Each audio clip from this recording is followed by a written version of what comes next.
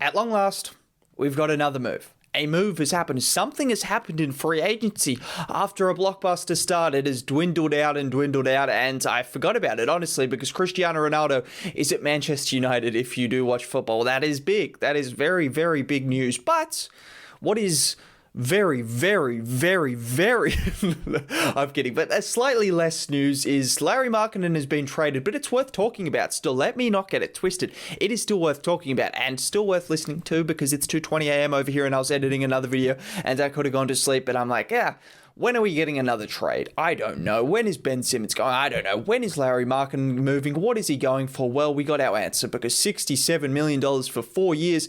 And it's a 3-team deal. Yeah, 3 for the price of 1. So we can talk about a few deals because there's some interesting connotations for all of these teams involved. For one, Lauri Markkanen goes to Cleveland, which is the obvious one. Also, could you drop a like on the video? That would be much appreciated. I don't know how a Cleveland Lauri Markkanen trade video is going to do. I don't know if anyone wants to see this video, so I'm kind of going out on a limb. Plus, as I said, it's 2:20 in the morning and I need to sleep. So that's all I ask. If you could drop a like, subscribe to the channel. But let's just talk about the trade. Off the top, here we have it. Cleveland acquiring Chicago's Lauri Markkanen in a 3-way sign and trade with Portland.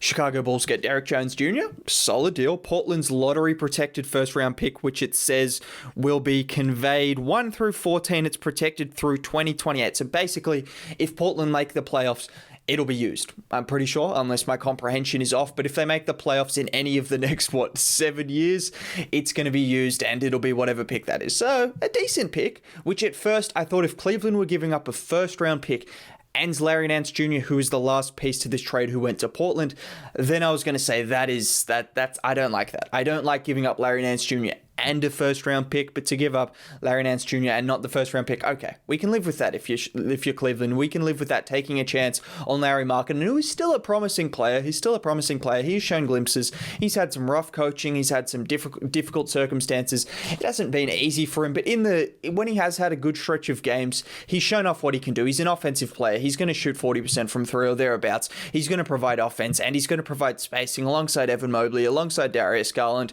It's interesting to see what Cleveland are going to do. Before I even get into that, I actually want to talk about probably the more underrated side of the deal, which in my opinion is Larry Nance Jr. to Portland. Yes, Portland have not made the moves to really help Damian Lillard. They haven't made the blockbuster moves. This is a good move though. Larry Nance Jr. is a bit of a Swiss Army knife on defense. He's got some versatility. He's someone that can get in the passing lanes. He's strong enough to guard a few different positions, plus has the agility. And then offensively, shot the 3-ball well. He can play make a little bit as well out of the post. He does a lot of things you want from that kind of 4/ maybe he could play small ball 5 as well, which would be interesting for sure because Portland haven't always had the answers. I mean, when Nurkic was in foul trouble against Jokic, they had Carmelo Anthony guarding Jokic at times. Robert Covington has played small ball 5. I like this move though. It's a defensive-minded guy that also adds a little bit. It's a good move for Portland for sure. I'd give up a first-round pick for it. If they can get back first-round picks, that's not going to be an issue. If they're going for one more chance with Damian Lillard, which is what it seems like, they'll be able to get back more first-round picks. Let's not worry too much about the first-round picks. But I like that deal for Portland. And then looking at Chicago as well, getting back a first-round pick, whether it is going to be the 16th pick or the 17th pick or whatever it is going to be, because eventually it will convey 2028. Like, Portland aren't going to be that bad for that long. Even if they do trade Damian Lillard, they'll make the playoffs in one of those next 6 years. So whatever it is, that's still a good result for someone that didn't want to be there. You didn't want to pay him. And he got paid a lot. You didn't want any of those things, and you still got a first-round pick and Derrick Jones Jr., who's nice. He's probably a little bit overpaid, I'd say, based off his contract, but it's still a nice pickup. 3-and-D wing that's going to provide some versatility as well, some defense in the Caruso mold off the bench, different kind of players, but having that defensive versatility coming off the bench as well, someone who can knock down a few shots, a good cutter, a good slasher to the rim. I'm happy with that. This is a trade where, yeah, every team seems to win. Cleveland, let's talk about Cleveland because they're obviously the biggest part of this trade because they did bring in Lauri Markkanen and we were wondering where he would go. Would it go to Dallas? Would he go to New Orleans? Were linked. Who else was linked? San Antonio was linked. There were a few different teams linked and he goes to Cleveland. I didn't see that coming. I'll be completely honest. I did not see that coming, but he's gone to Cleveland and $67 million is a lot of money. That is a lot of money for Lauri Markkanen. Yeah, that's a lot of money. And it also begs the question, what's going to happen? Evan Mobley, now you have Jared Allen. Larry Nance Jr. is gone. So that's one thing. At first, when they didn't announce the trade, it was like, okay, how many bigs do you need? But you've still got Kevin Love, who surely will get traded at some point or bought out, maybe. And who else am I missing? Well, that's 3, that's 4 right there. 4 guys who probably play the 4 and the 5, which begs the question, what's going to happen? Is Jared Allen going to go? Are you going to move Evan Mobley to the 5? Is Lauri Markkanen going to come off the bench? It's a lot of money to pay someone to come off the bench. You would have thought that they discussed that. I would have imagined Lauri would have wanted to start in the first year, which I guess maybe doesn't have the biggest say in it. If he's getting paid the money, if he's getting the opportunity, it's something regardless. But you're paying someone, $18 million a year. You want them to be starting $17 million a year, actually, to be more exact. You want them to be starting, or at least give them a chance at that. And I think he's good enough to start in the right circumstances. He provides shooting alongside Isaac Okoro. He fits the mold. If you look forward, you project forward, I understand it for this team because you've got Darius Garland. I don't know if Colin Sexton is going to be around, but you're looking at guys that I'd imagine are certain to be around in Darius Garland, Isaac Okoro, and Evan Mobley. You've got 2 defensive-minded guys and Garland, who you want to be the primary creator and initiator, and you want some shooting around him. You want some shooting next to Evan Mobley to free up the floor for him, and to have Lauri Markkanen, who's going to be a sniper regardless.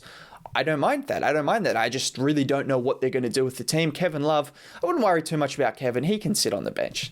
He can sit on the bench. They can move him to the side. He's getting paid a lot of money. He hasn't put in the most effort. He's never really healthy. I mean, not to slander the guy, but those are just all realities and all facts. Whether Jared Allen or Evan Mobley or Lauri Markkanen, one of those guys is going to have to move to the bench unless they trade Colin Sexton and then go tall and to have Darius Garland and then Isaac Okoro and Lauri Markkanen, Evan Mobley and Jared Allen, which would be something. It would be something. With every team zigging, they could zag. That's the kind of lineup I guess you could be seeing. I know Evan Mobley does have the defensive versatility, and offensively he does promise to have versatility as well. But looking at it from Cleveland's aspect, just talking about Cleveland, because I have been intrigued in Cleveland, and I wanted to talk about Cleveland. I wanted to make a video on them, but I never really got around to it. I didn't know how it would perform, how it would, whatever, all of those things. But now I can talk about them. Evan Mobley, I am excited to see. I think Cleveland have an underrated young core. I think they do have an underrated young core. I think there are a lot of good young cores in the league, for sure. But Cleveland, when you look at Mobley and what everyone is projecting him to be, and he looked good in Summer League as well. He wasn't efficient. He didn't score too much. He did look a little bit undersized because he still needs to develop a bit more, which is why maybe I guess he could come off the bench for the first year. Probably not. That doesn't seem realistic, but maybe he could play a different position, should I say, if they do go tall ball or any of those things. He did look a bit underdeveloped, probably not ready to play the center position, but defensively, you saw the footwork, you saw the versatility, you also saw him popping out for threes, hitting people off the dribble with the mid-range. He's got it all. He's just going to have to piece it together, and he's going to be a very good player, a very, very good player. I have no doubts about that in the glimpses I saw of him. So I'm excited to see him. I think they've got Darius Garland, who could take another leap. He already took a leap. Colin Sexton, while he's still on the team, the question marks about him doing this and this. Is he empty stats? Is he any of these things? Well, he's still, 23 points a game on good efficiency.